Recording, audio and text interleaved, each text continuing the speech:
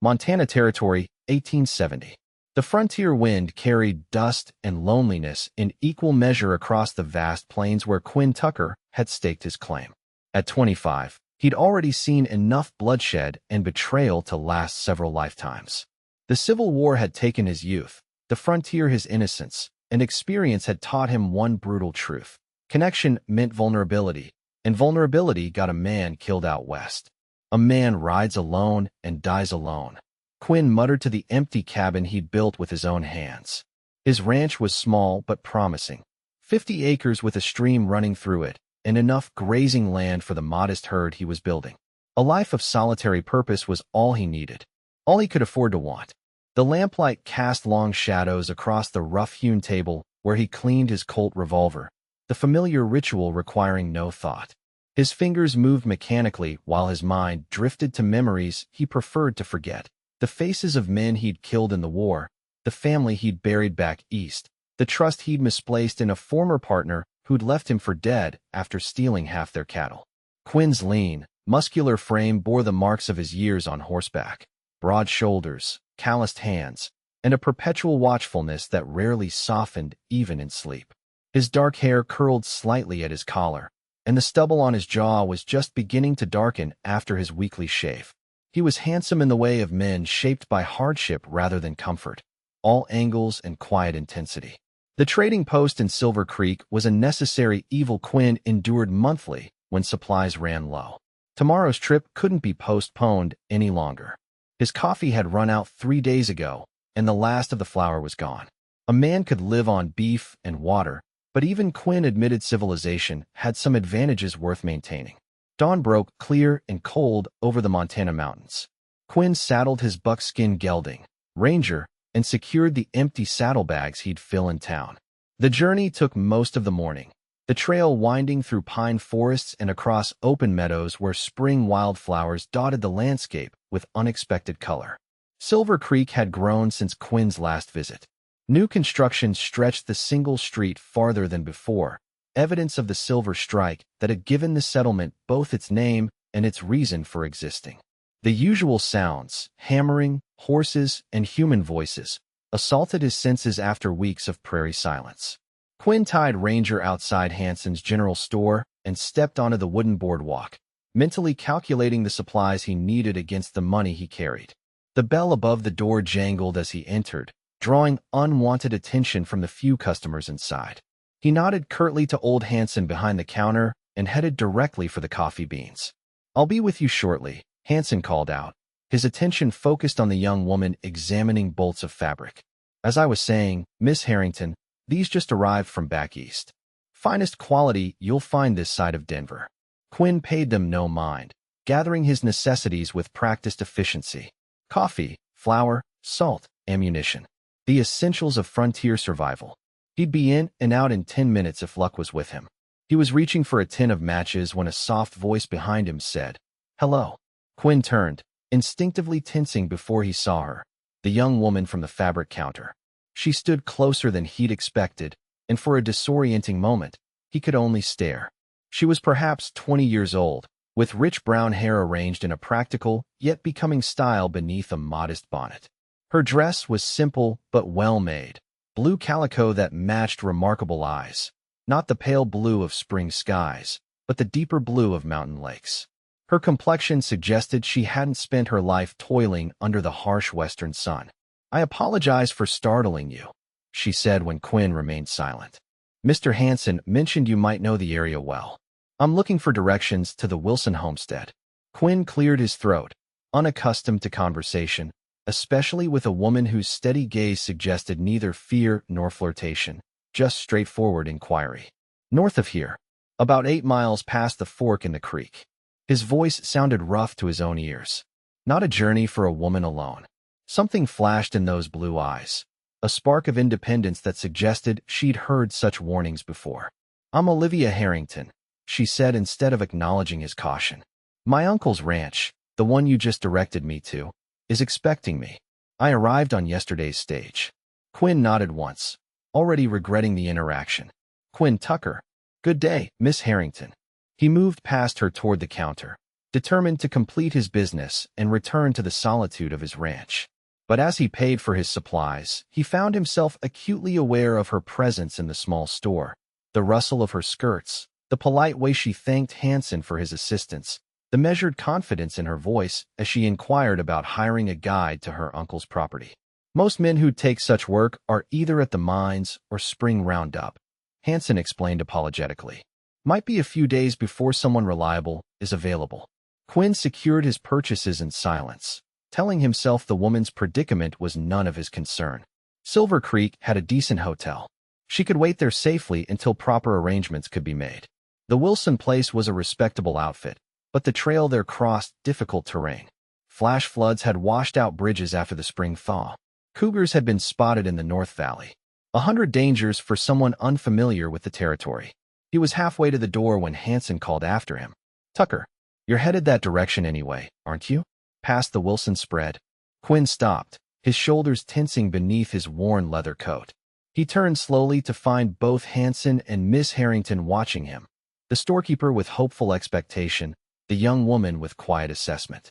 "It would mean a great deal to me, Mr. Tucker," she said, her voice neither pleading nor demanding. "I can pay for your trouble." Every instinct warned against it. Responsibility for another person, especially a city-bred woman, was exactly the type of complication Quinn had structured his entire existence to avoid. Yet something in her direct gaze challenged his carefully constructed isolation. "I leave in 20 minutes, he found himself saying. "If you're ready by then, you can ride with me." The words surprised him as much as they seemed to surprise her. But she recovered quickly, a genuine smile transforming her face. "I'll be ready in 15. As Quinn loaded his supplies onto Ranger, he silently berated himself for the impulse. One day, a few hours in this woman's company, then back to the safety of solitude. This momentary deviation from his carefully ordered existence meant nothing. He would deliver Miss Harrington to her destination, collect whatever payment she offered, and forget her existence. Yet as he caught sight of her emerging from the hotel with a small traveling case, dressed now in a practical riding habit of dark green that highlighted the rich color of her hair, Quinn felt an unfamiliar flutter of something dangerously close to interest. "Do you have a horse?" he asked when she approached. "Not yet. Uncle James wrote that he would provide one for me once I arrived." She glanced at Ranger. "I can ride, Mr. Tucker. I won't slow you down." Quinn nodded once and secured her case behind his saddle. "You'll ride with me until we reach the Wilson place. It's not ideal, but Ranger can handle our weight for that distance." He mounted first, then offered his hand to help her up behind him. The moment her gloved fingers touched his, Quinn felt a jolt of awareness that had nothing to do with danger and everything to do with the fact that it had been years since he'd touched a woman, even in such an innocent manner. Miss Harrington settled herself behind him with surprising grace, arranging her skirts modestly while maintaining her balance. "You'll need to hold on," Quinn instructed, his voice gruffer than intended. After a moment's hesitation, she placed her hands lightly at his waist. The contact, even through layers of clothing, sent an unwelcome awareness through him. This was precisely why he avoided people. All these complications, these distractions from survival. They rode in silence for the first mile, leaving Silver Creek behind and entering the open country that Quinn preferred. The afternoon sun warmed the spring air, and wildflowers dotted the prairie grass in splashes of purple and yellow. "It's beautiful," Miss Harrington said finally, her voice close to his ear. "Different from Pennsylvania, but beautiful in its own way." Quinn grunted acknowledgement, unwilling to encourage conversation. But she seemed undeterred by his reticence. "Have you lived in Montana Territory long, Mr. Tucker?" 3 years. "And before that?" "Virginia. Then the war. Then Kansas for a spell." He frowned. Why was he answering? "You ask a lot of questions. How else does one learn about new places and people?" There was a smile in her voice that he found inexplicably disarming. "Besides, we have hours of riding ahead. Conversation might make the time pass more pleasantly." Quinn guided Ranger around a rocky outcropping before responding. "Not much to tell. I ranch alone. 40 head of cattle. Small spread, but it's mine." "You built it yourself?" There was genuine interest in her question, not the polite facade of conversation he'd expected. "Every post and board." Despite himself, pride crept into his voice. "What brings you to Montana Territory, Miss Harrington?" Not many women choose this life willingly. Her hands tightened slightly at his waist as Ranger navigated a steep section of trail. My parents died last year. Influenza. Uncle James is my only remaining family. He's invited me to make my home with him and Aunt Catherine. The simple statement, delivered without self-pity, reminded Quinn that loss was a universal companion on the frontier. I'm sorry about your parents. Thank you. She was quiet for a moment. Uncle writes that Montana needs teachers. I taught school in Philadelphia for 2 years. I hope to continue here once I'm settled. Quinn almost smiled at the thought. Silver Creek's a mining town, Miss Harrington. More saloons than families. Then perhaps I'll be the reason families stay, she replied with quiet determination. Every civilization begins with education, Mr. Tucker. Her optimism should have irritated him. Naive Eastern ideals confronting frontier reality. But instead, he found himself curious about this woman who'd traveled alone across half a continent with education books in her baggage. They crested a rise overlooking a broad valley where spring runoff had turned the normally placid creek into a rushing torrent. Quinn reined Ranger to a halt, surveying the scene with concern. The log bridge he'd expected to cross was gone, washed away by recent floods. Problem? Miss Harrington asked, sensing his tension. Bridge is out. We'll need to find another crossing. Quinn studied the creek, calculating risks. There's a ford 2 miles upstream. It'll add an hour to our journey. Will we still reach my uncle's ranch before dark? Should. Unless. Quinn stopped, his attention caught by movement in the tree line across the valley. 3 riders emerged, moving fast in their direction. His hand moved instinctively to the rifle in his saddle scabbard. We've got company. Miss Harrington peered around his shoulder. Friends of yours? I don't have friends. Quinn's voice was flat as he assessed the approaching men. Their purposeful approach and the way they spread out as they rode suggested nothing friendly. And these men aren't looking to become the first. He turned Ranger sharply, heading for a stand of pines that would provide cover. Hold tight, he instructed, and felt Miss Harrington's arms wrap more securely around his waist as the horse broke into a gallop. Who are they? She asked, her voice remarkably steady despite their sudden flight. Trouble. Quinn guided Ranger into the trees, following a game trail that wound through thick undergrowth. This territory attracts men running from something or looking to take what isn't theirs. Sometimes both. A shot cracked through the air, the bullet splintering bark from a tree several yards to their right. Miss Harrington gasped but maintained her composure. They're shooting at us. The indignation in her voice almost made Quinn laugh despite the danger. Welcome to Montana territory, Miss Harrington. He urged Ranger deeper into the forest, using the terrain to their advantage. The gelding responded beautifully, sure-footed even on the uneven ground. Quinn's mind worked rapidly, calculating options. They couldn't outrun 3 riders on a single horse, not for long. The Wilson Ranch was still hours away. His own property lay closer, but leading trouble there violated every principle of his careful existence. Another shot rang out, closer this time. Quinn felt Miss Harrington flinch against his back, but she made no sound. Her courage in the face of danger stirred something protective in him that he'd thought long buried. There's a line shack about 2 miles from here, he said, making his decision. We'll head there. Defensible position.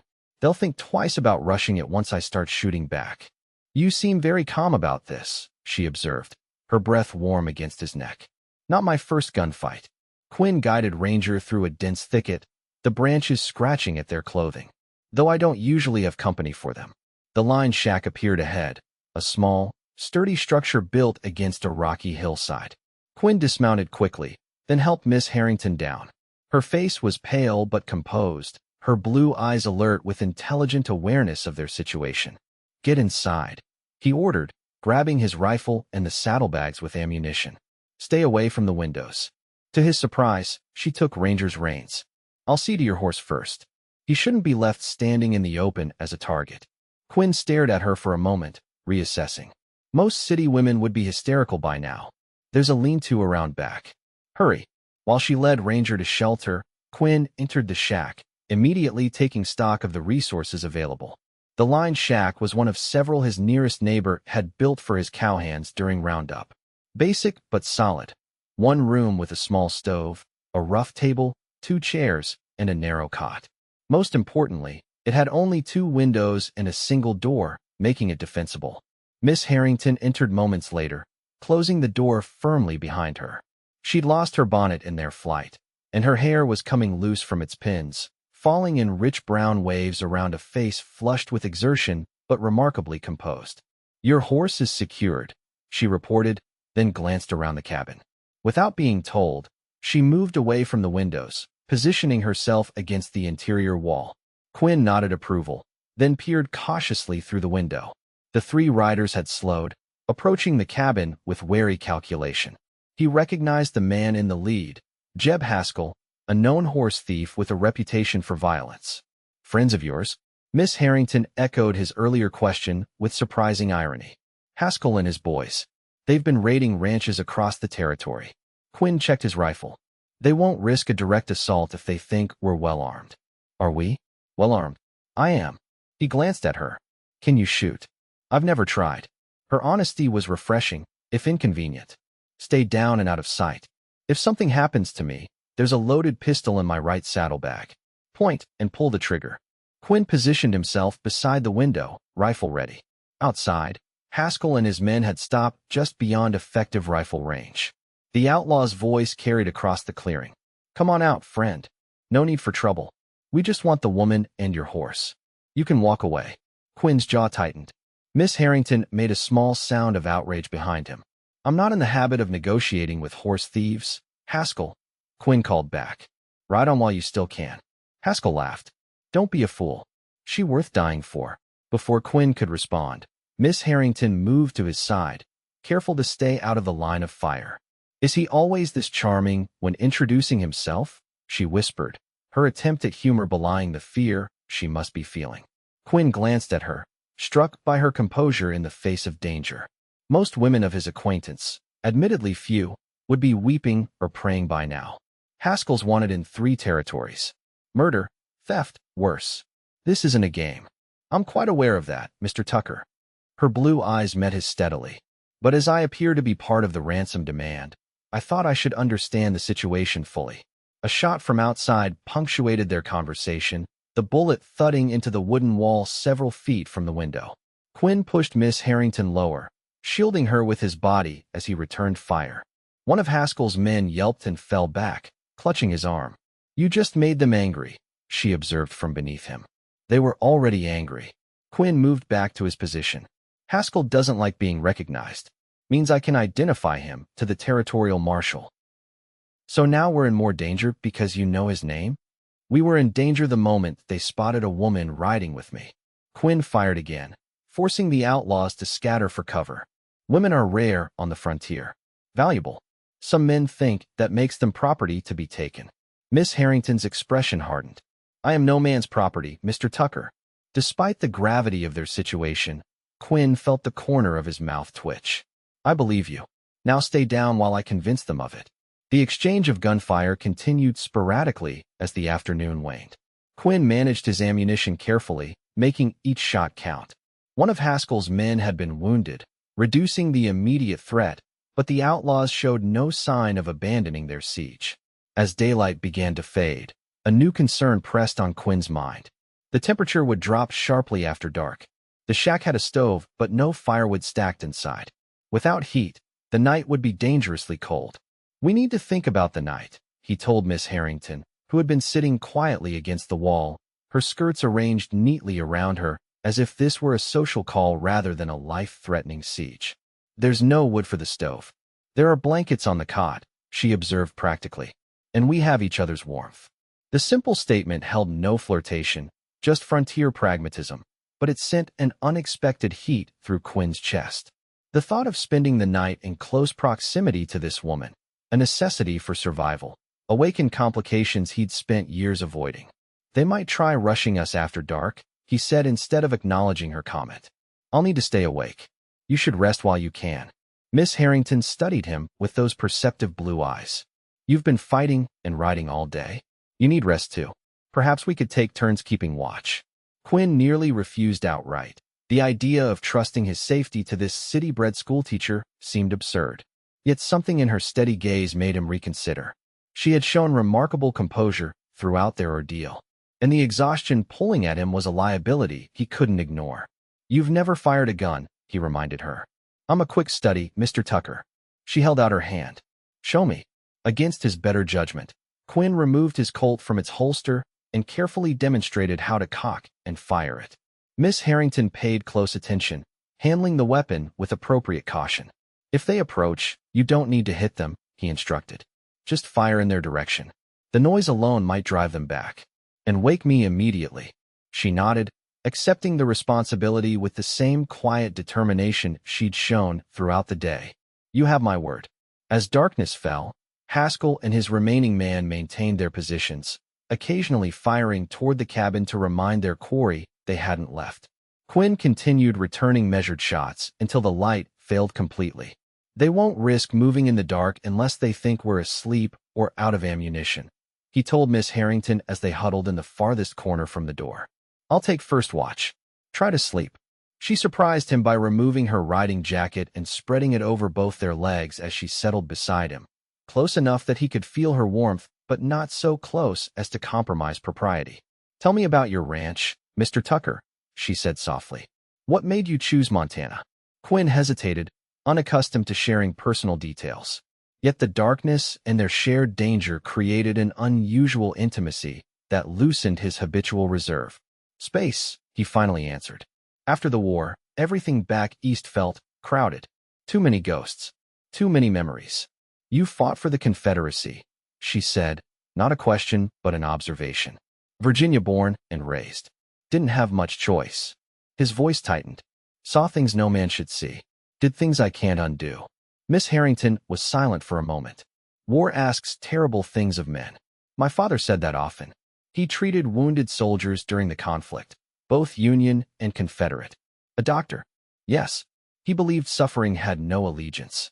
Her voice softened with memory. "He taught me that compassion is not weakness, but the greatest strength humans possess." Quinn stared into the darkness, turning her words over in his mind. They challenged everything experience had taught him about survival on the frontier. Compassion got men killed out here. Trust was a luxury he couldn't afford.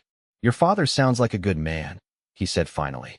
"But this territory isn't Philadelphia, Miss Harrington. Out here, strength is measured in more practical terms." "Is it?" She shifted slightly beside him.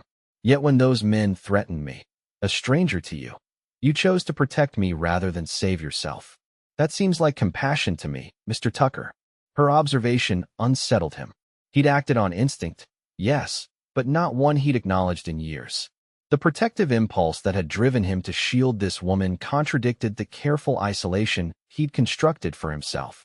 "Get some sleep," he said gruffly, unwilling to examine her words too closely. "Dawn's a long way off." To his relief, she didn't press the matter. Soon her breathing deepened and her head drooped until it rested lightly against his shoulder.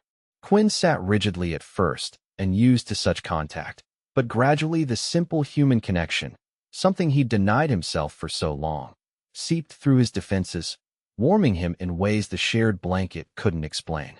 He woke her shortly after midnight to take her turn at watch, showing her how to listen for approaching footsteps and what signals might indicate an attack. Then he stretched out beside where she sat, his body aching from the day's exertions. "I'll wake you at the slightest concern, Mr. Tucker," she promised, the pistol resting ready in her lap. Quinn meant to respond, to remind her of the specific threats to watch for, but exhaustion claimed him before he could form the words. He drifted into sleep with the unfamiliar awareness of another human being guarding his vulnerability, a trust he hadn't extended to anyone in years. He woke to her hand on his shoulder and her voice urgently whispering his name. "Mr. Tucker." "Quinn, I hear someone moving outside." Quinn was instantly alert, reaching for his rifle. Dawn was just breaking, the gray light filtering through the cabin's small windows. He listened intently and heard what had alarmed her, footsteps cautiously approaching the rear of the cabin. "Stay down," he whispered, moving silently to position himself. The back window shattered suddenly, glass exploding inward as a bottle wrapped in oil-soaked rags and a flame sailed into the cabin. It smashed against the floor, flames spreading rapidly across the wooden planks. "Fire!" Miss Harrington exclaimed, already moving to stamp out the flames with her riding jacket. Quinn fired through the broken window, rewarded by a cry of pain from outside. But the damage was done. Smoke began to fill the small space as the fire caught the edge of the rough rug covering part of the floor.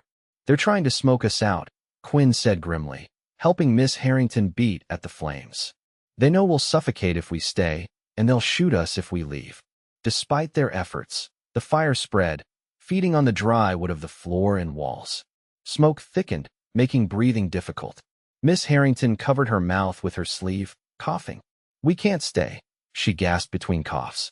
"We'll die in here." Quinn made a rapid calculation. The front door faces east. The sun's just rising.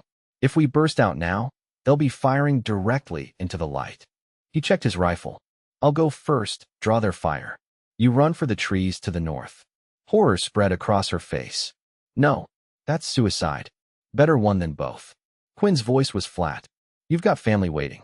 Someone who cares if you live or die. Makes the choice simple."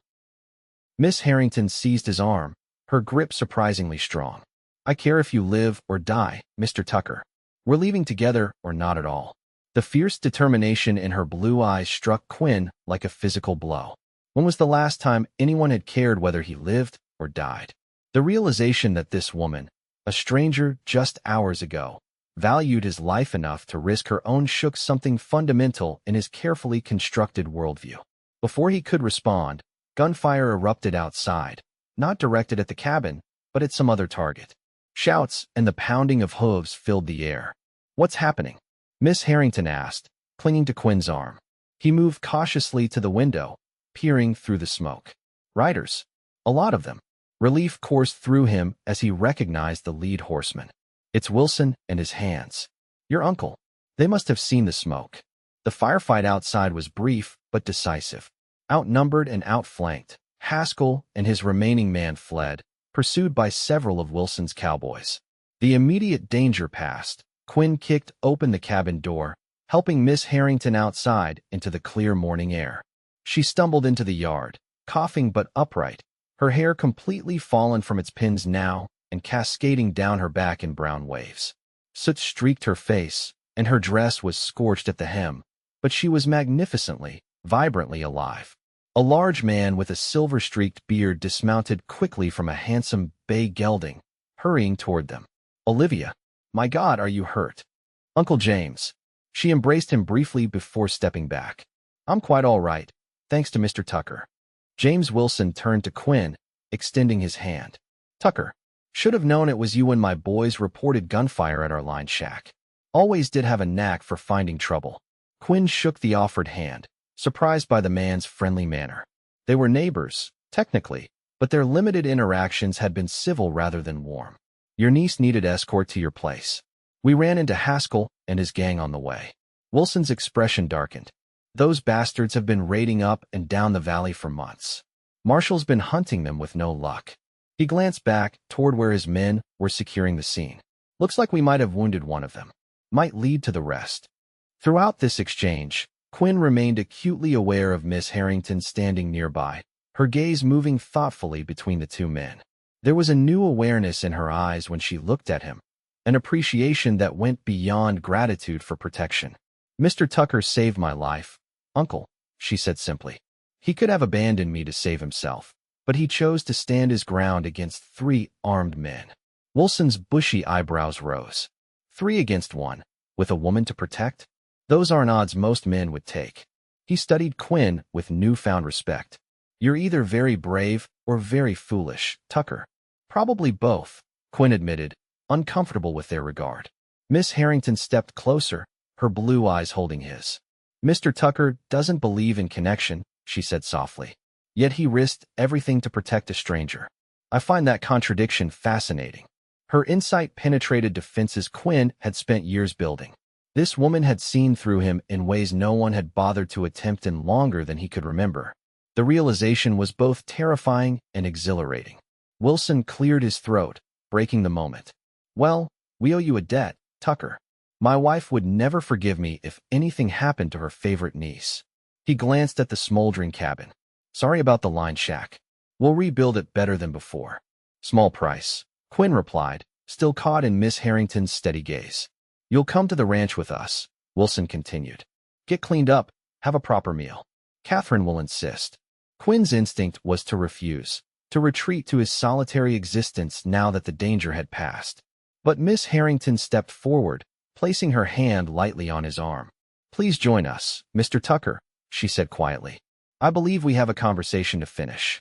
Something in her tone, a promise of understanding without demand, made refusal impossible. Quinn nodded once, ignoring the knowing look that passed across Wilson's weathered face. The Wilson Ranch was everything Quinn's modest homestead was not: established, prosperous, alive with activity.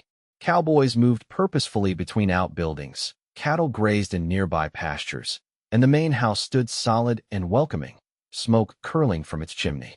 Catherine Wilson proved to be a practical frontier woman with the same direct gaze as her niece. She fussed over Olivia, insisting she bathe and change immediately, then turned her attention to Quinn with equal determination. "You'll stay for dinner at the very least, Mr. Tucker," she declared rather than asked. "James tells me you saved our Olivia from a dreadful fate. The least we can offer is a decent meal." Quinn found himself ushered into the Wilsons' home with a hospitality he'd forgotten existed. Clean clothes were provided, belonging to the Wilsons' son who was away at school back east, and he was shown to a washroom where he could remove the soot and grime of the previous day's ordeal. By the time he emerged, feeling strangely vulnerable in borrowed clothes, dinner was prepared and waiting. Miss Harrington, Olivia, he corrected himself mentally, had also transformed. Her hair was neatly arranged again, and she wore a simple blue dress that matched her eyes perfectly. The soot and smoke were gone, but the quiet strength he'd witnessed during their ordeal remained. Dinner was a revelation to Quinn, who had grown accustomed to solitary meals of his own basic cooking. The conversation flowed easily among the Wilsons, with Olivia contributing observations about her journey west that made everyone laugh. Quinn remained mostly silent, watching her animation with fascination. How could someone who had faced death so recently speak with such enthusiasm about life? The resilience she displayed challenged his fundamental belief that vulnerability was weakness. Olivia Harrington had been completely vulnerable during their ordeal, yet she had shown a strength of character that many hardened frontiersmen would envy. After dinner, James Wilson invited Quinn to inspect his new breeding stock, an excuse, Quinn suspected, to speak privately. As they walked toward the corrals, Wilson lit his pipe and regarded Quinn thoughtfully. "You've been keeping to yourself since you came to the valley, Tucker," the older man observed. "Man's entitled to his privacy, but isolation isn't healthy for anyone." Quinn stiffened. "I manage." "No doubt." Wilson puffed thoughtfully. "War changes a man, makes him wary. I understand that better than most." He gestured toward the sprawling ranch. "Built all this after Antietam. Came west with nothing but nightmares and determination." The casual mention of one of the war's bloodiest battles startled Quinn. "You fought for the Union?" Wilson nodded. "Catherine was a nurse in the field hospital where I recovered. She'd seen enough of death to recognize life when it came calling." His weathered face softened. "Found myself a rebel wife, ironically enough. Been healing each other ever since." The parallels were not subtle. Quinn shifted uncomfortably. "Miss Harrington is newly arrived. She hardly knows me. Shared danger reveals character faster than years of acquaintance." Wilson tapped his pipe against a fence post. "My niece is a remarkable judge of character, Tucker. Always has been, even as a child.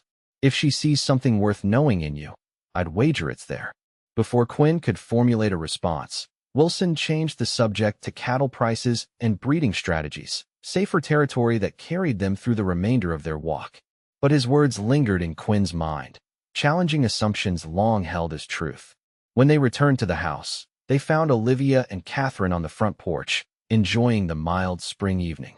Quinn couldn't help noticing how Olivia's face brightened when she saw him, or the way his own pulse quickened in response. "Mr. Tucker," she greeted him. "Aunt Catherine has been telling me about your ranch. It sounds lovely." Quinn almost laughed at the description. His modest holding was functional at best, nothing like the Wilson establishment. "It's rough country. Nothing fancy. Beauty isn't found in fancy trappings," she replied with that directness he was coming to expect. "It's found in purpose and meaning. You've built something from nothing that has its own kind of beauty." Catherine rose, exchanging a knowing glance with her husband. "James, I believe we need to check on that matter in the kitchen." Mr. Tucker, please make yourself comfortable. The older couple disappeared inside with transparent intent, leaving Quinn and Olivia alone on the porch. The spring twilight wrapped around them, crickets beginning their evening chorus in the nearby grass. They're not very subtle, Olivia observed with a small smile. No, Quinn agreed, finding himself smiling in return, a rusty, unfamiliar gesture. Your aunt and uncle seem like good people. They are. I'm fortunate to have them. She studied him in the fading light. Will you sit with me, Mr. Tucker? Or should I call you Quinn now, after sharing such adventure? Quinn is fine. He lowered himself onto the porch step beside her, careful to maintain a proper distance. You should be resting after yesterday's ordeal. I find I'm not as delicate as you might imagine, she replied, amusement coloring her voice. Besides, near-death experiences have a way of clarifying one's priorities. Sleep seems less important than conversation with the man who saved my life. Quinn shifted uncomfortably. You give me too much credit. You saved yourself as much as I saved you. Most women would have panicked. Perhaps I was too frightened to panic properly, she suggested with a hint of self-deprecation. Or perhaps I trusted that between us, we would find a solution. Her use of we struck Quinn forcefully. When had he last been part of any we? The war, perhaps, though that brotherhood had been forged in blood and necessity rather than choice. Since coming west, he had deliberately avoided connections that might compromise his self-reliance.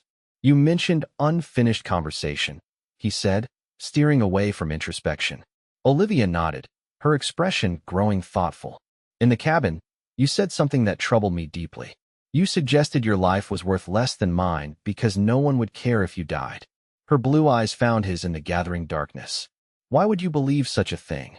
The directness of her question caught Quinn off guard. Most people observed social niceties, avoiding uncomfortable truths. But Olivia Harrington apparently preferred honesty, however uncomfortable. Experience, he answered finally. The war taught me that men die and the world continues. The frontier reinforced the lesson.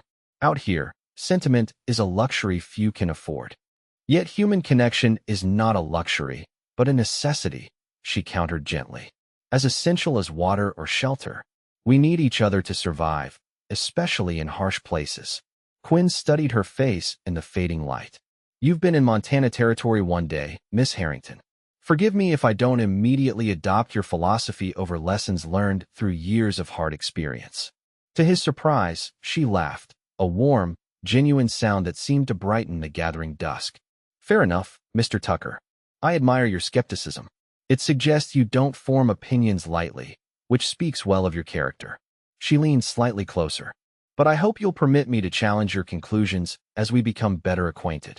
The assumption of future acquaintance should have alarmed him. Instead, Quinn found himself intrigued by the prospect.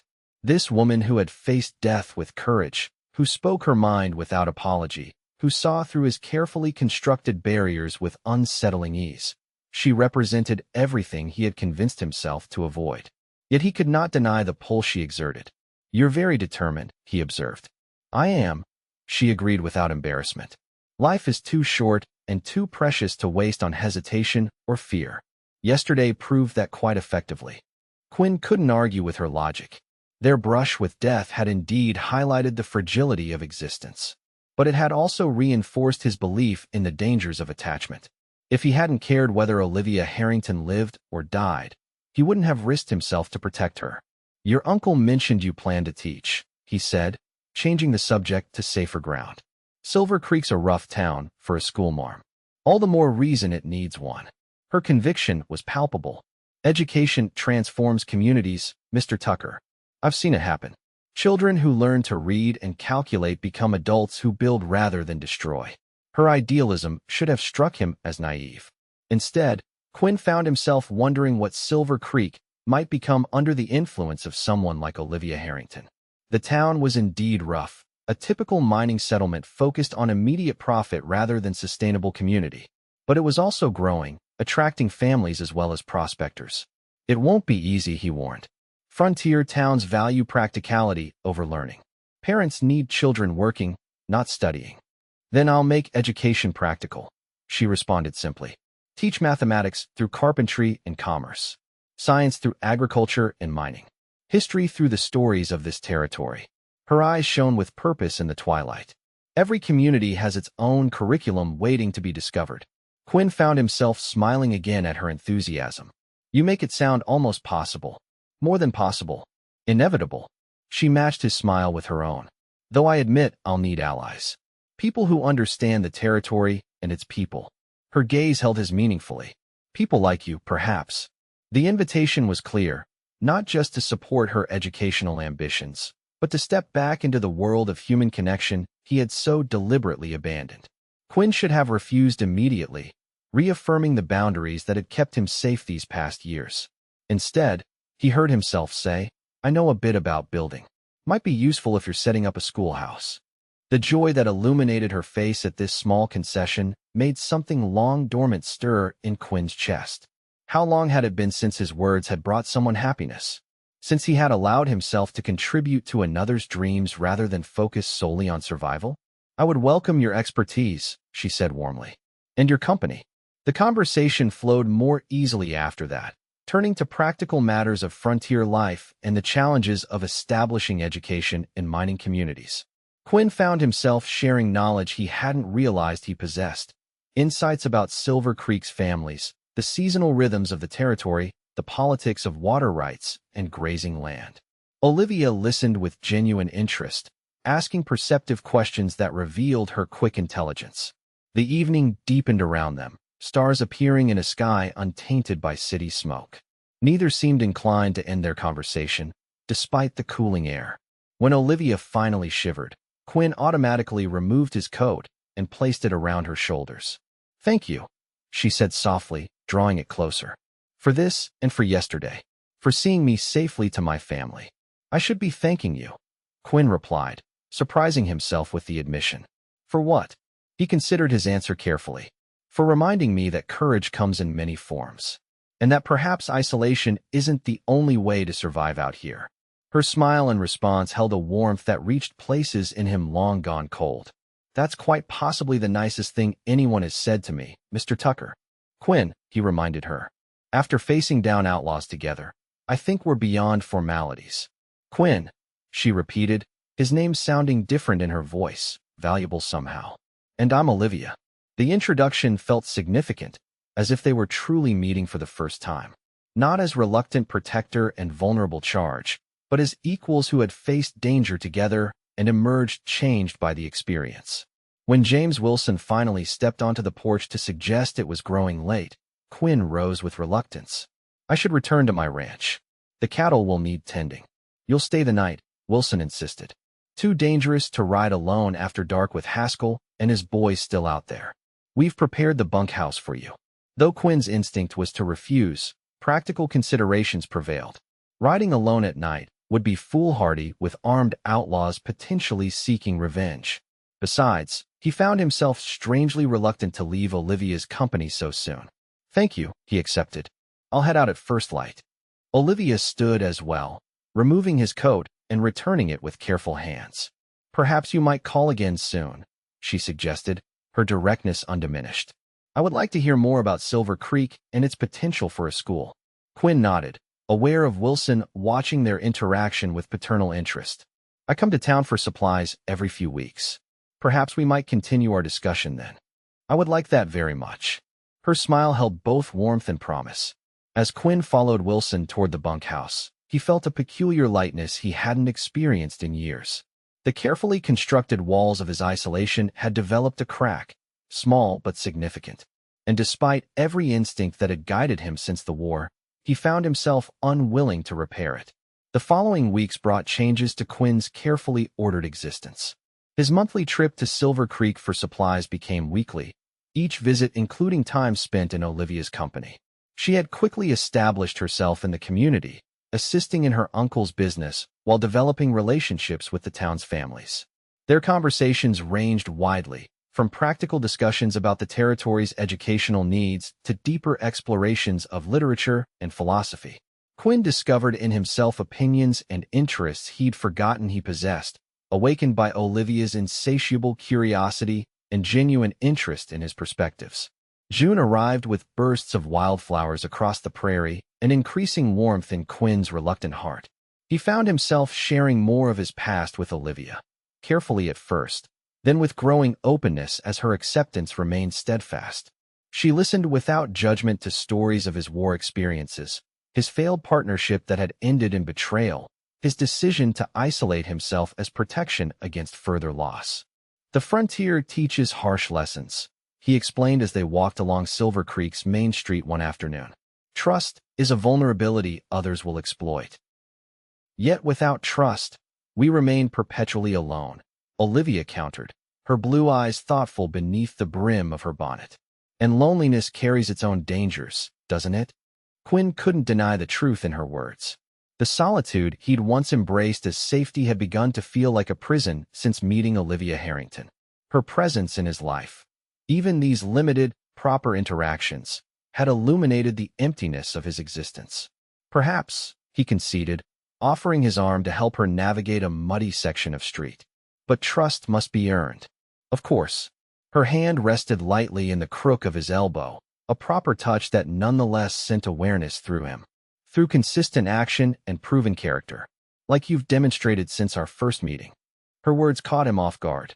I've done nothing special. Haven't you? Olivia stopped walking, turning to face him fully. You've shown integrity in every interaction. Kept every promise, however small. Offered knowledge and assistance without expectation of return. Her expression softened. You've been trustworthy in all things, Quinn Tucker. Why wouldn't I trust you in turn? The simple declaration, delivered with her characteristic directness, struck Quinn deeply. When had anyone last expressed such faith in his character? The war and its aftermath had taught him to expect suspicion rather than trust, especially as a former Confederate in territories predominantly sympathetic to the Union. Before he could formulate a response, commotion erupted further down the street. Raised voices and the sound of breaking glass drew their attention to the Silver Dollar Saloon, where a man was being forcefully ejected onto the boardwalk. Keep your lying mouth shut about decent folk, the saloon owner shouted after him. Miss Harrington's done more good for this town in 2 months than you'll do in a lifetime. Quinn tensed, instinctively moving closer to Olivia as he recognized the ejected man, one of Haskell's gang who had attacked them at the line shack. The outlaw staggered to his feet, his expression darkening when he spotted them. Well, ain't this convenient, he slurred, clearly intoxicated. The schoolmarm and her pet rebel. His hand moved toward his holster. Haskell's got a score to settle with you both. Quinn stepped in front of Olivia, his own hand hovering near his sidearm. You're drunk, Malloy. Walk away while you still can. Several townspeople had stopped to watch the confrontation, including the blacksmith and storekeeper from across the street. Their presence might deter violence, or result in innocent casualties if Malloy was reckless enough to start shooting. Quinn, Olivia murmured behind him. The marshal's office is just down the street. He nodded slightly to indicate he'd heard, but kept his attention fixed on Malloy. The outlaw's eyes were bloodshot, his movements uncoordinated from drink. It made him unpredictable rather than less dangerous. You cost us a good haul, Malloy continued, swaying slightly. Pretty schoolteacher would have fetched a fine price across the border. Murmurs of outrage rose from the gathering crowd at this confirmation of their intentions that day. Trafficking women was a special kind of depravity even in a territory accustomed to violence. That's enough, Malloy. The territorial marshal appeared at the edge of the crowd, his hand resting meaningfully on his holstered pistol. You're wanted for questioning about those ranch raids. Come along quietly now. The outlaw's gaze darted between the marshal, Quinn, and the increasingly hostile crowd.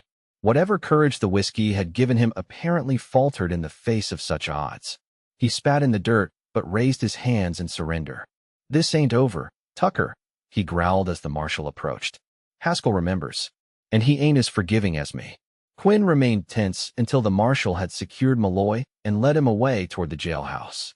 Only then did he turn to check on Olivia, expecting to find her shaken by the confrontation and its ugly implications. Instead, her expression showed anger rather than fear. That man and his associates represent everything wrong with how this territory is developing, she said with quiet intensity. Preying on others instead of building something worthwhile. Her resilience shouldn't have surprised him by now, yet Quinn found himself once again admiring her courage. Most women, most men, for that matter, would be unsettled by direct threats from known criminals. Olivia seemed more offended than frightened. "You should be careful," he warned as they resumed walking, now with the destination of her uncle's store rather than their original aimless stroll. "Haskell and his gang don't make idle threats." "Neither do I," she replied with unexpected steel in her voice. "I didn't travel 2,000 miles to be intimidated by men who mistake cruelty for strength." Quinn studied her profile, the determined set of her jaw, the unwavering focus in her blue eyes. "You're not what I expected when we first met," he admitted. This earned him a quick smile.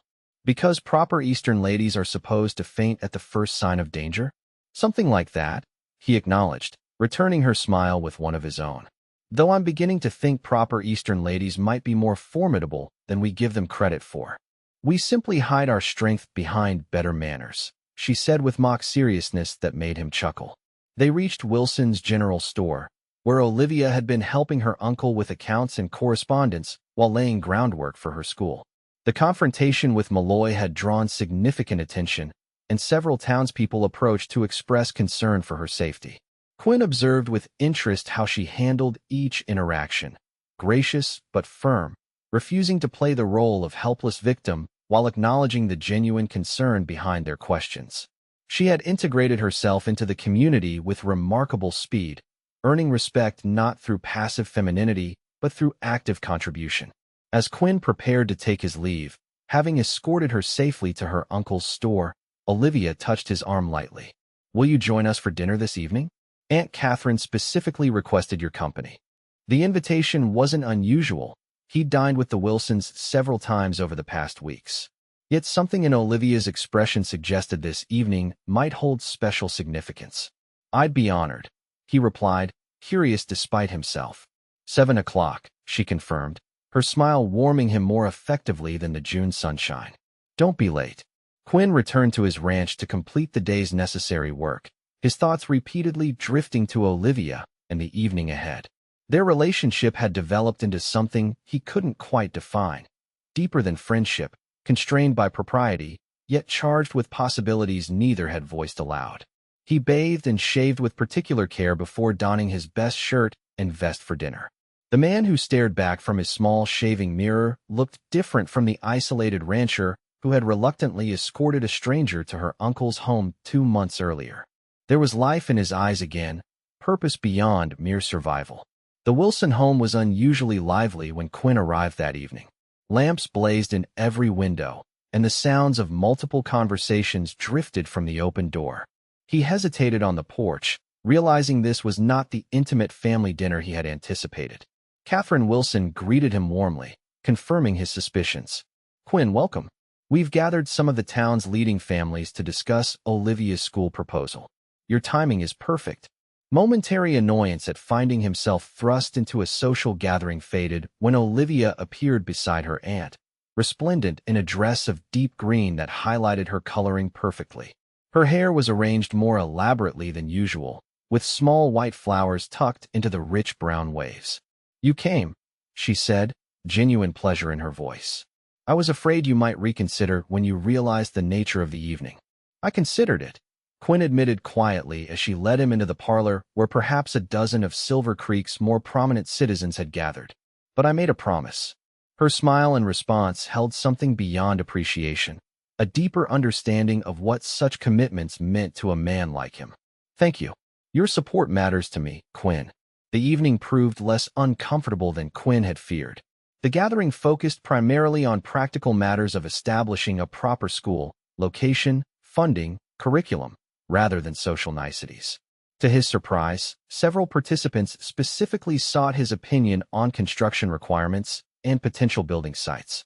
"Mr. Tucker has extensive knowledge of the territory," Olivia explained when the bank manager questioned his inclusion in the planning committee.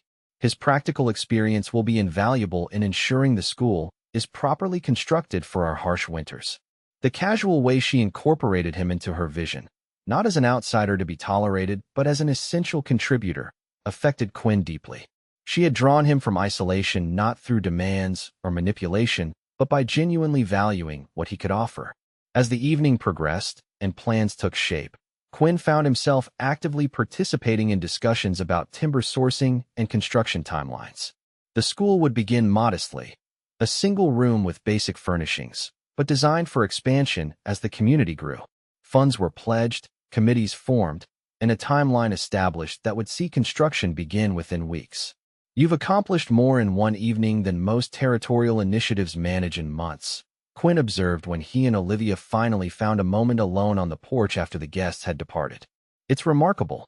Community builds itself when given proper direction," she replied, satisfaction evident in her voice. "You're being modest. Your vision and determination made this happen." Olivia shook her head, moonlight silvering her profile. "Vision without support accomplishes nothing. Every person in that room contributed something essential, including you." She turned to face him fully. "Especially you." Quinn shifted uncomfortably under her steady gaze. "I only offered basic construction advice. Any competent builder could have done the same. That's not what I meant." Her voice softened. "Your presence gave me courage, Quinn. Knowing you believed in what I was trying to accomplish made it easier to face potential opposition." The admission, so typically direct, caught him off guard. "I'm not sure what I've done to earn such faith." "That's precisely why you've earned it." Olivia moved closer, close enough that he could detect the subtle floral scent she wore. "You don't recognize your own worth. The integrity that defines everything you do. The quiet strength you offer without expectation of return." Her words penetrated defenses Quinn had maintained for years, walls built of bitter experience and hard-learned lessons about human nature. This woman saw him not as he presented himself to the world, but as he had once hoped to be before war and frontier hardship had taught him the dangers of idealism. "Olivia," he began, uncertain how to respond to such unexpected praise. "You don't need to say anything," she assured him gently. "I simply wanted you to know that your contribution tonight went far beyond practical advice. You showed these people that Quinn Tucker stands with this community, not apart from it. That matters more than you realize." The implications of her statement expanded in Quinn's mind. Without quite intending it, he had begun to reintegrate into the social fabric he had deliberately avoided.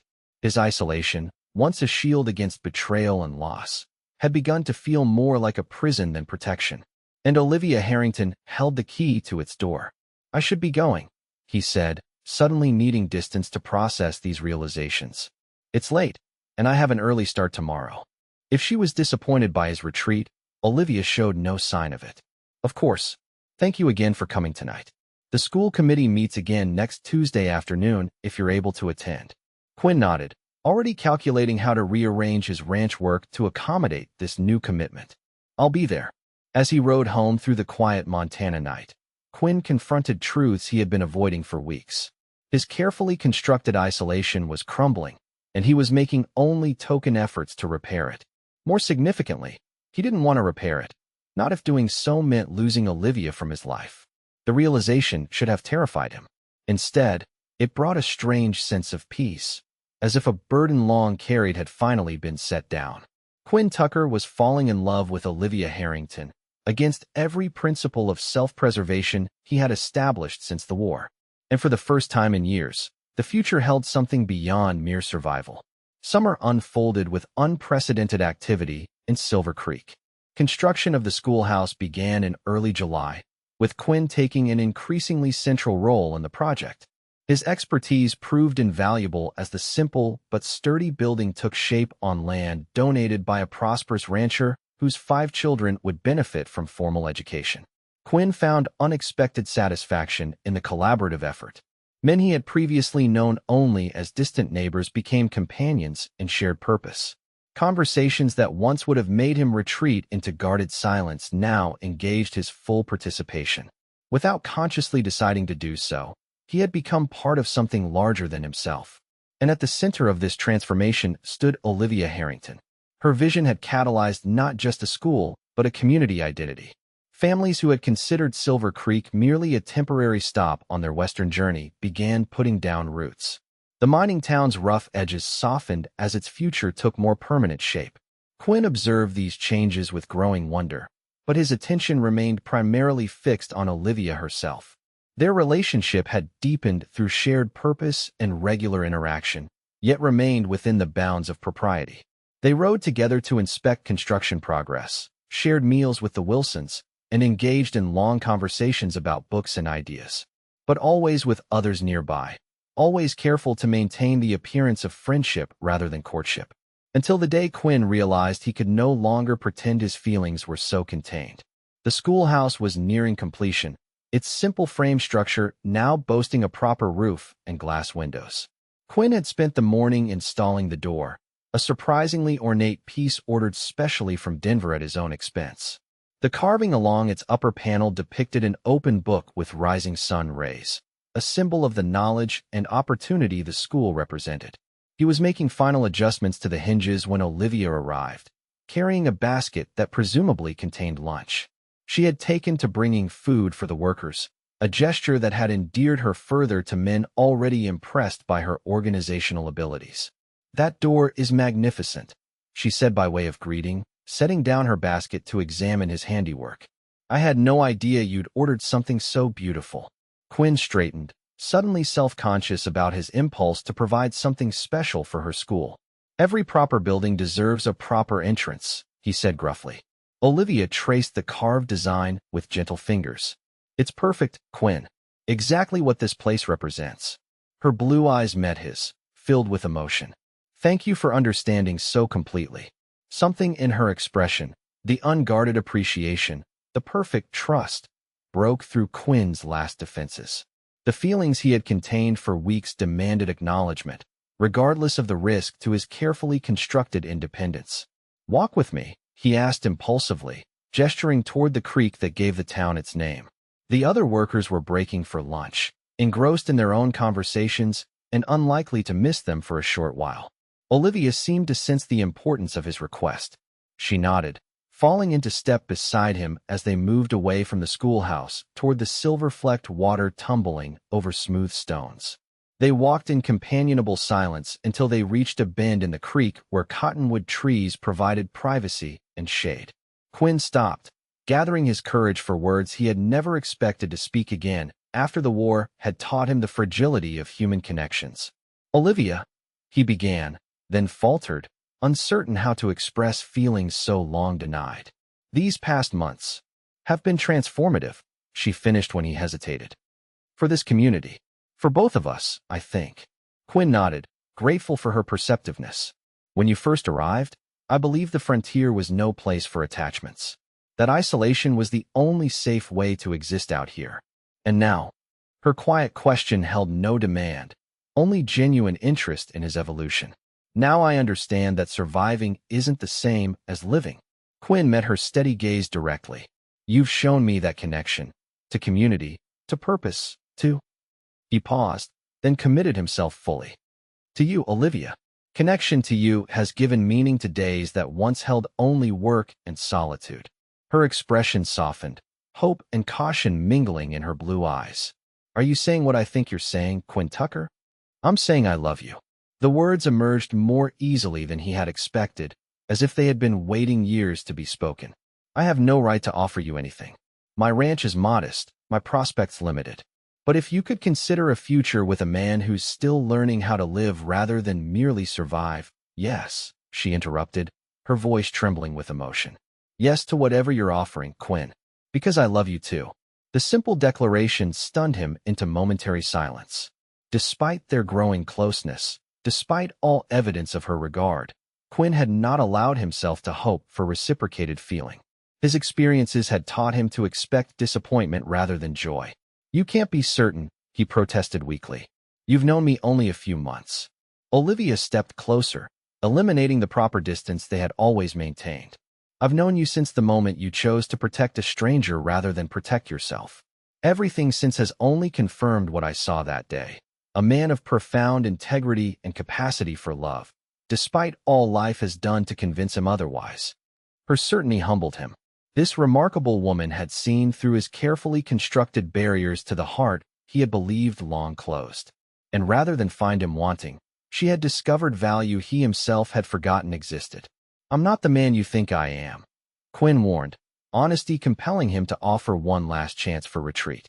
"I've done things in war, and after that can't be undone. I don't love some idealized version of you." Olivia replied with characteristic directness. I love the man who stands before me, shaped by his experiences, scars and all. Just as I hope you love me for who I truly am, not some perfect Eastern lady. Quinn reached for her hand then, a gesture more intimate than any they had shared before. I love your courage and your conviction, your intelligence and your compassion. There's nothing perfect about you, Olivia Harrington. You're far too stubborn and outspoken for perfection. His mouth curved in a rare, genuine smile. And I wouldn't change a single thing about you. Her fingers tightened around his, her answering smile radiant. Then perhaps we're perfectly matched in our imperfections. The moment when they finally separated, Quinn kept her hand in his, unwilling to relinquish this tangible connection. I should speak to your uncle, he said, propriety reasserting itself. Ask his permission to court you properly. Olivia laughed, the sound bright in the summer air. I'm 23 years old, Quinn. While I value Uncle James's approval, I don't require his permission to choose my own happiness. Nevertheless, Quinn insisted, he and Catherine have been good to both of us. They deserve our respect. Her expression softened at his concern for proper behavior. You're right, of course. And Uncle will be pleased, I'm certain. He's commented more than once on how you've come out of your shell these past months. Quinn winced at the description, accurate though it might be. Is it that obvious? Only to those who care about you, she assured him, squeezing his hand. And there are more of us than you realize, Quinn Tucker. The simple statement, there are more of us than you realize, expanded in his mind as they walked back toward the schoolhouse. Without consciously seeking it, Quinn had acquired not just Olivia's love, but a community's acceptance. People who noticed his presence or absence. People who valued his contributions and respected his capabilities. People who would care if he lived or died. The realization both terrified and exhilarated him. Caring meant vulnerability. Attachment created the possibility of loss. Yet for the first time since the war, Quinn found himself willing to accept those risks in exchange for the richness they made possible. As expected, James Wilson received Quinn's formal request to court his niece with barely concealed satisfaction. About time you came to your senses, Tucker, the older man declared, clapping him on the shoulder. Catherine and I have been watching you circle each other for months. Beginning to think I'd need to intervene. Catherine was equally approving, though more circumspect in expressing it. Olivia has made her own decisions since she was old enough to have opinions, she told Quinn privately. The fact that she's chosen you speaks well of both her judgment and your character. Their blessing granted, Quinn began courting Olivia with the same deliberate care he applied to all significant undertakings. Their relationship, previously confined to community projects and family gatherings, now expanded to include private buggy rides, picnics by the creek, and evenings on the Wilsons' porch swing where they talked of everything and nothing until stars filled the Montana sky. Quinn discovered parts of himself long forgotten. The ability to laugh freely, to dream beyond immediate necessities, to plan for a future that included companionship rather than isolation. Olivia blossomed similarly, her natural vivacity finding full expression in the certainty of his regard. The schoolhouse was completed in mid-August, just in time for the autumn term. The entire community gathered for its dedication, a celebration that marked not just the building's completion, but Silver Creek's evolution from mining camp to proper settlement. Children who had previously received only sporadic instruction now had a dedicated space for learning, with Olivia as their teacher. Quinn watched with quiet pride as she cut the ribbon stretched across the ornate door he had installed. Her speech was brief but powerful, acknowledging the community effort that had made the school possible while casting a vision for what it represented: permanence, progress, and commitment to future generations. This building stands as testament to what we can accomplish together, she concluded, her gaze finding Quinn's in the crowd. Not just surviving on the frontier, but truly living here, creating something meaningful that will outlast us all. The parallels to their personal journey were not lost on Quinn. Like the school, their relationship had been built carefully, thoughtfully, with attention to both present needs and future possibilities. And like the school, it represented a commitment to something beyond individual survival. As summer yielded to autumn, Quinn found himself spending more time in town than at his ranch. The cattle required less daily attention as they fattened on late summer grass, and he had hired a young cowhand to assist with essential tasks. His presence at the schoolhouse became a regular occurrence, initially to address minor construction issues, then simply to walk Olivia home after her teaching day concluded. The town observed their courtship with approval. Quinn Tucker, once the territory's most determined loner, and Olivia Harrington, the educated Easterner who had chosen frontier life, made a striking couple. Their obvious affection and mutual respect set a standard that influenced other relationships in the growing community. Only one shadow fell across their happiness: the unresolved threat from Haskell and his gang. Though Malloy remained in custody awaiting trial for his part in the ranch raids, Haskell himself had disappeared into the mountains with his remaining men. Rumor placed them across the border in Canada, but Quinn remained vigilant, aware that outlaws rarely forgot perceived slights. His concern proved justified on a crisp October afternoon as he rode toward town to escort Olivia home from school. The first snow of the season had dusted the higher elevations overnight, and the air held the sharp promise of winter. Quinn had been considering practical matters, winterizing his cabin, ensuring sufficient hay for the cattle, when movement in the trees along the road caught his attention. Years of frontier survival had honed his instincts. Quinn reined in sharply, turning Ranger toward the disturbance just as two riders emerged from the pines, rifles leveled. "Tucker," Haskell's voice carried a malicious satisfaction. "Been looking forward to this reunion." Quinn assessed his options rapidly. He was outgunned and exposed on the open road. His pistol was holstered, his rifle in its scabbard, both too slow to draw against already aimed weapons. "Haskell," he acknowledged calmly, betraying none of his internal calculations. "Thought you'd be smart enough to stay gone."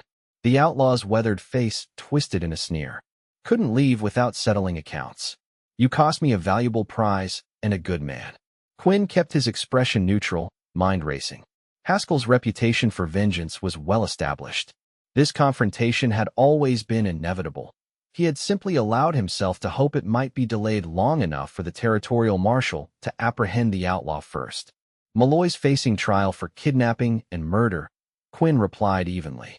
"You'll join him if you're caught in the territory." "If," Haskell emphasized. "But I won't be. Once we've finished with you, we'll pay a visit to that pretty schoolteacher. Take what we came for originally." Cold fury replaced calculation in Quinn's mind. The threat to Olivia clarified everything. "You won't touch her," he stated with quiet certainty. "You won't leave this road alive if you try." Haskell laughed, gesturing with his rifle. "You're not exactly in a position to make threats, Tucker. Now dismount." "Nice and slow." Quinn complied, mind focused on creating opportunity where none existed. If Haskell wanted him dead, he would already be shot. The outlaw's desire to prolong the encounter, to savor his revenge, might provide the only opening Quinn would get. As his boots touched the ground, Quinn's gaze caught movement beyond the outlaws, a rider approaching from the direction of Silver Creek. His heart sank as he recognized Olivia's side-saddle posture and the distinctive white marking on her mare's forehead. She must have decided to ride out to meet him, a habit they had developed in recent weeks. Haskell followed his gaze, a slow smile spreading across his face as he recognized the approaching rider. "Well now, this is convenient. Both our accounts settled at once." "Haskell," Quinn's voice dropped to a dangerous register. "This is between us. Let her pass safely." "Not a chance, Tucker. That woman cost me money and respect." The outlaw gestured to his companion. "Flank the road. When she gets closer, we take her. Then we finish him." The second outlaw nodded, beginning to move his horse toward the curve where Olivia would appear momentarily. Quinn knew he had seconds, not minutes, to act. "You must need that second man badly," he observed conversationally, shifting his weight slightly. "Can't handle one unarmed rancher by yourself." It was a calculated insult, designed to appeal to Haskell's considerable ego. The outlaw's face darkened, his attention momentarily focused entirely on Quinn rather than the approaching rider. "Pete, stay put," Haskell countermanded his previous order. "I'll deal with Tucker myself. Want him to know exactly who's sending him to hell." It was the opening Quinn needed. Not ideal, but better than watching Olivia ride into an ambush. As Haskell dismounted, rifle still trained on him, but his focus divided between Quinn and proving his dominance to his subordinate, Quinn moved. The dive toward Haskell was reckless, desperate. Exactly the kind of action the outlaw wouldn't expect from a supposedly rational man. Quinn's shoulder connected with Haskell's midsection just as the rifle discharged, the bullet tearing through empty air where Quinn had stood a moment before. They crashed to the ground together, Quinn's momentum carrying them into the underbrush beside the road. Haskell was heavier, but Quinn's fury lent him strength. They grappled for control of the rifle, rolling through pine needles and early snow. The second outlaw shouted in confusion, his horse rearing at the sudden violence. Quinn was vaguely aware of the man struggling to aim his own weapon without risking hitting Haskell. It gave him precious seconds to focus on the immediate threat. Haskell fought dirty, landing a knee to Quinn's ribs that momentarily stole his breath. The outlaw used the advantage to Quinn. Olivia's voice carried fear he had never heard from her before. "Stay back," he shouted, deflecting another knife thrust with the rifle barrel. Blood soaked his shirt, but the wound felt superficial, painful but not immediately debilitating. Haskell used Quinn's divided attention to heave upward, nearly dislodging him. They struggled for control, the outlaw's face contorted with hatred, his knife seeking any opening in Quinn's defense. "Should have killed you at the line shack," Haskell spat, driving the knife toward Quinn's throat. Quinn caught the outlaw's wrist with his injured arm, pain flaring through his shoulder at the effort. With his other hand, he brought the rifle but down hard against Haskell's temple. The outlaw went limp beneath him, the knife falling from suddenly slack fingers. Breathing heavily, Quinn rolled off the unconscious man and staggered to his feet. Blood dripped from the slash across his chest, and his shoulder throbbed where the rifle had connected. But he was alive, and more importantly, Olivia was safe. She had dismounted and secured both outlaws by the time Quinn made his way back to the road. The second man lay moaning, his leg bleeding from what appeared to be a clean shot through the calf. Haskell, whom Quinn had dragged from the underbrush, remained unconscious, his hands now bound with leather reins Olivia had repurposed. "You shot him," Quinn observed, looking with new appreciation at the small pistol she had returned to her reticule. "I did," Olivia confirmed, her voice steady despite the pallor of her face. "Uncle James insisted I learn after our encounter at the line shack," said a woman alone on the frontier, needed to defend herself. Her composure cracked slightly as she took in Quinn's bloodied appearance. "You're hurt." "Scratches," he dismissed, though in truth his shoulder felt dislocated and the knife wound burned like fire. "Olivia, you could have been killed riding into this." "As could you," she countered, moving closer to examine his injuries with gentle hands. "When you were late, I grew worried. Thank God I did." The territorial marshal and several townsmen arrived minutes later, alerted by the sound of gunfire. They took charge of the prisoners, commending both Quinn and Olivia for their courage, while expressing appropriate concern about the propriety of a schoolteacher engaging in gunplay. "Would you prefer I had allowed them to kill the man I love?" Olivia asked the marshal directly, her arm supporting Quinn as they walked toward the doctor's house. The marshal had no adequate response to such forthright reasoning. He tipped his hat respectfully and focused on securing the prisoners for transport to the territorial court. Doc Miller confirmed Quinn's self-assessment. The knife wound required stitches but had missed anything vital, and his shoulder was indeed dislocated. The setting was painful enough to draw involuntary tears, but Quinn endured it stoically, conscious of Olivia watching with concern from the corner of the examination room.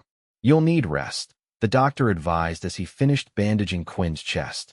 "No heavy lifting for at least 2 weeks. That shoulder needs time to heal properly." Quinn nodded, already calculating the impact on his ranch work. The young hand he'd hired was competent but inexperienced. Certain tasks would need to be postponed or managed differently. As if reading his thoughts, Olivia stepped forward. "He'll stay with my aunt and uncle until he's recovered enough to manage alone. Their ranch hands can check on his cattle." Quinn opened his mouth to protest, then closed it when he saw the determination in her eyes. This wasn't merely concern for his welfare, but a statement of intent. They would face challenges together, not separately.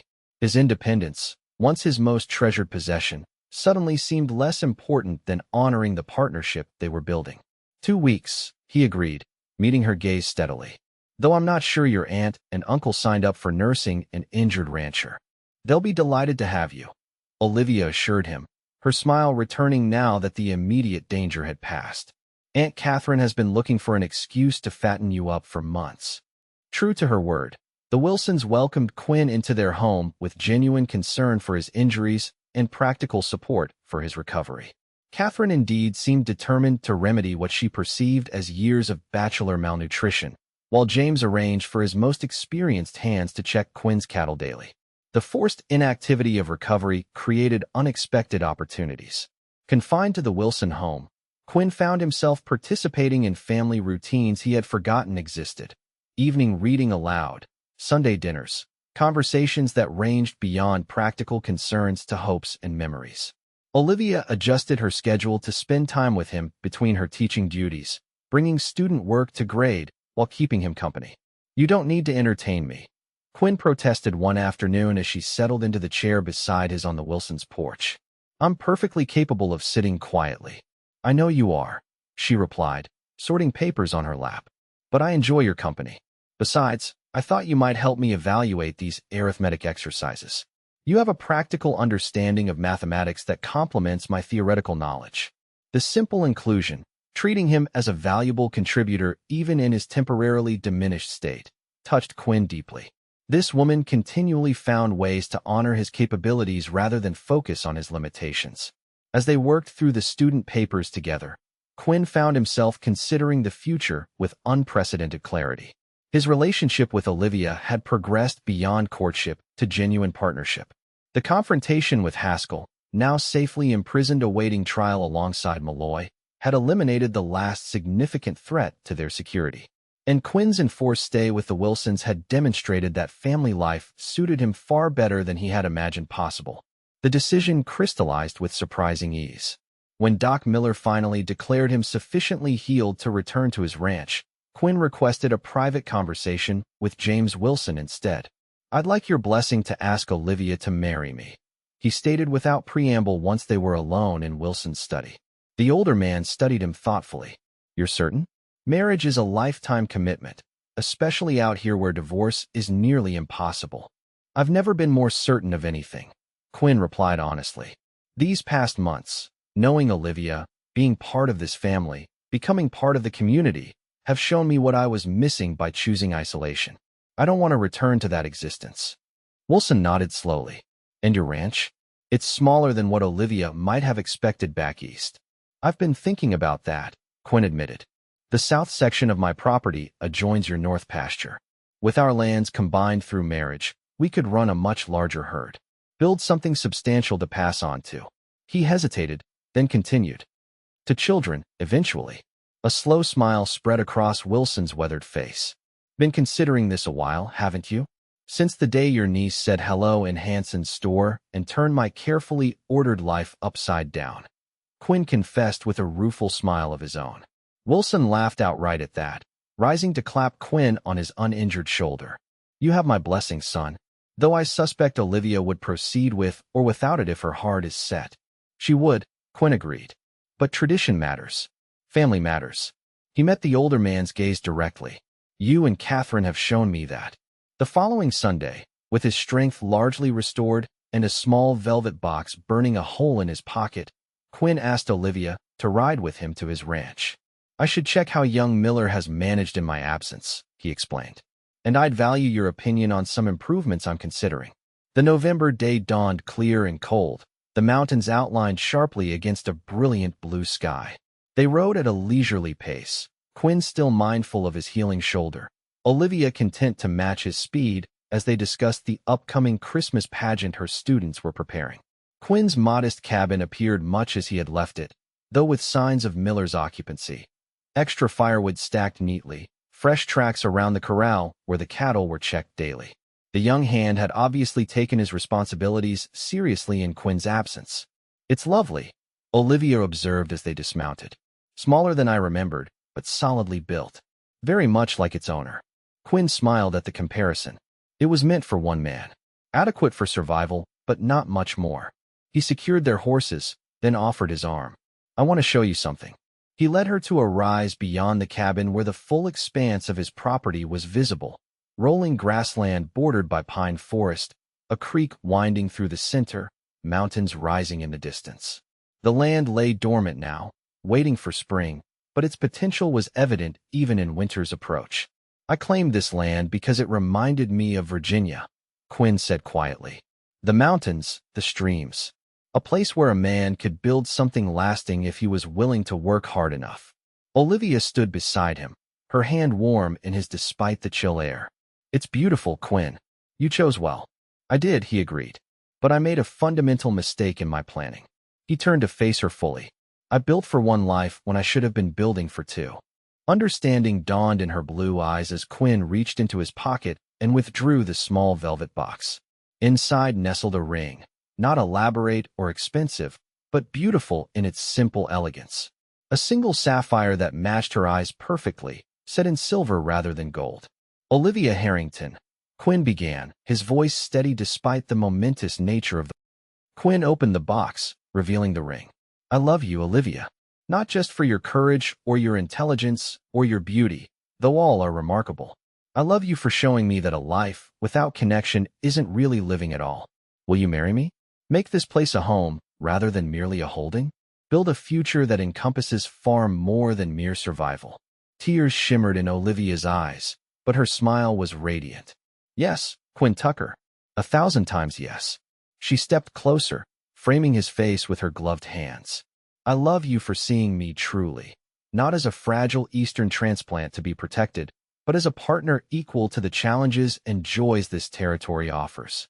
Quinn slipped the ring onto her finger, a perfect fit over her glove. Then he gathered her into his arms, mindful of his healing injuries but unwilling to forego the connection. Their kiss held all the promise of the future they would build together, tender yet passionate, gentle yet fierce in its commitment. When they finally parted, Quinn kept her close, unwilling to relinquish contact now that such intimacy was permitted. I thought we might marry in the spring, he suggested. After the school term ends.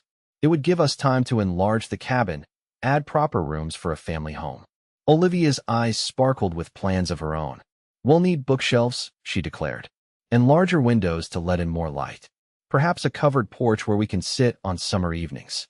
Whatever you wish, Quinn promised, joy expanding through him at her eager participation in their shared vision. This will be our home, not just my holding. Every decision made together. They stood on the hillside overlooking what would become their joint legacy, planning additions and improvements as naturally as they had collaborated on the schoolhouse. The November sun cast long shadows across the land, not the harsh, empty shadows of isolation that had defined Quinn's existence for so long, but the intertwining patterns of shared purpose and mutual support. News of their engagement spread quickly through Silver Creek, greeted with widespread approval and not a little satisfaction from those who had observed their courtship.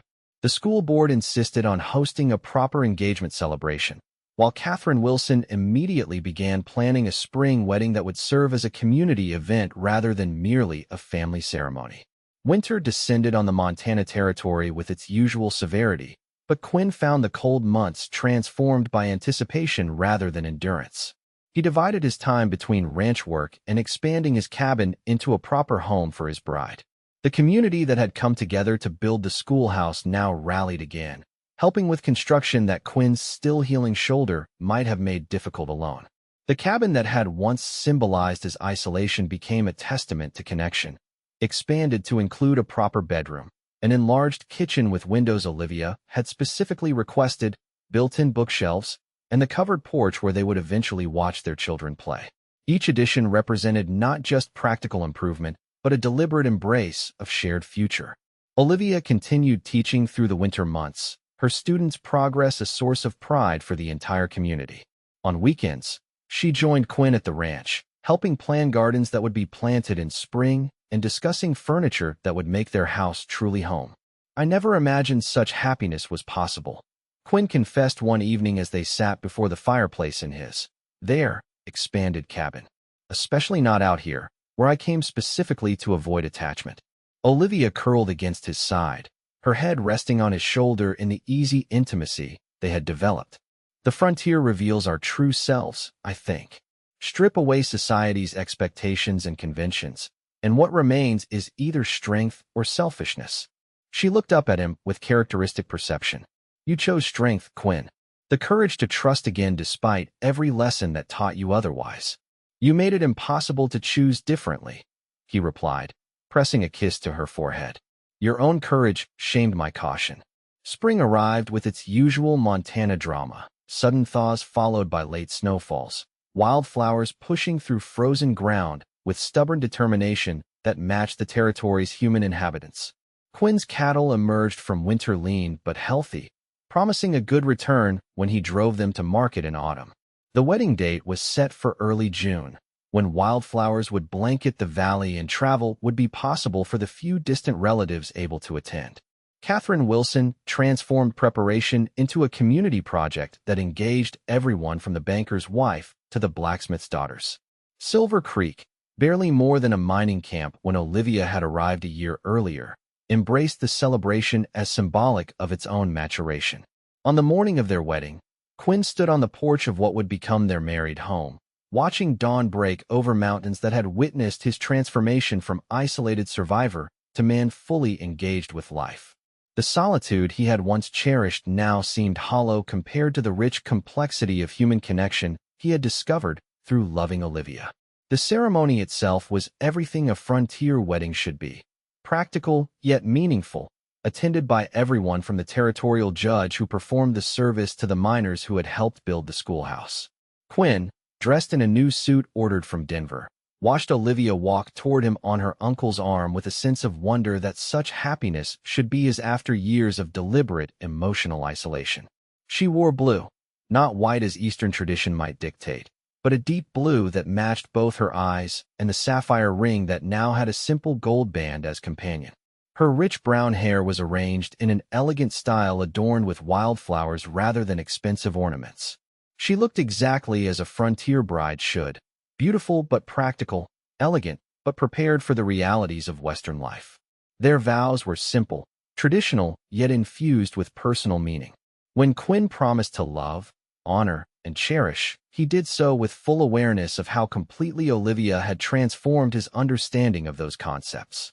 When she promised the same, her voice carried the quiet conviction that had first drawn him to her, the certainty that connection was worth every risk it entailed.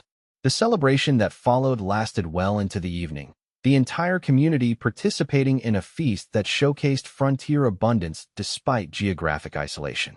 Quinn found himself the center of attention he would once have avoided at all costs, yet discovered he minded less than expected.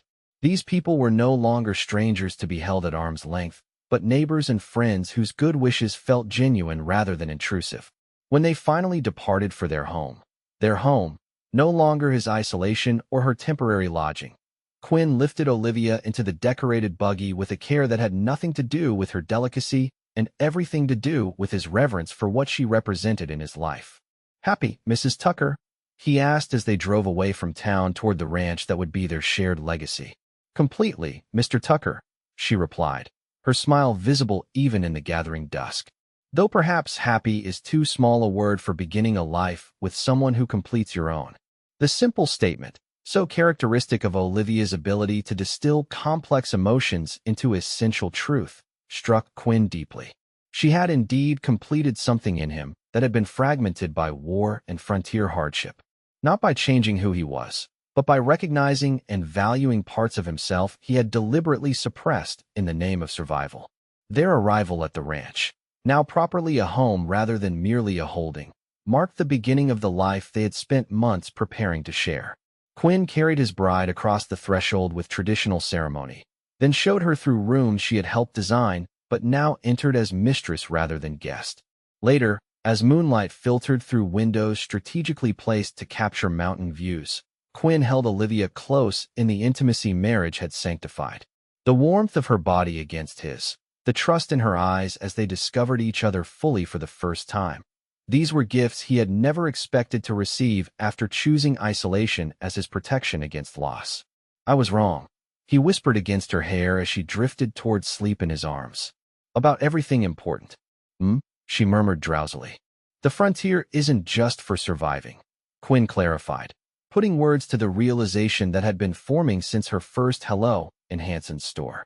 "It's for living completely, for building rather than merely enduring, for loving despite the risks, because the alternative isn't really living at all." Olivia raised herself on one elbow to look at him, her expression soft in the moonlight. That sounds suspiciously like wisdom, Quinn Tucker. Hard-earned, he admitted, tracing the curve of her cheek with gentle fingers. And worth every moment of the learning. She kissed him then, a kiss that contained not just passion but profound understanding of the journey that had brought them to this shared bed, this shared life, this shared future. When they separated, she settled back against his chest with a contented sigh. "I knew when you answered my hello that day," she confessed quietly. "Something in your eyes, despite your determination to remain aloof. A capacity for connection you thought you'd buried completely." Quinn tightened his arms around her, marveling at her perception. "I wasn't ready to hear that then." "I know," she agreed. "But I'm patient when something matters. And you mattered from that first moment, Quinn Tucker. You mattered tremendously." As they drifted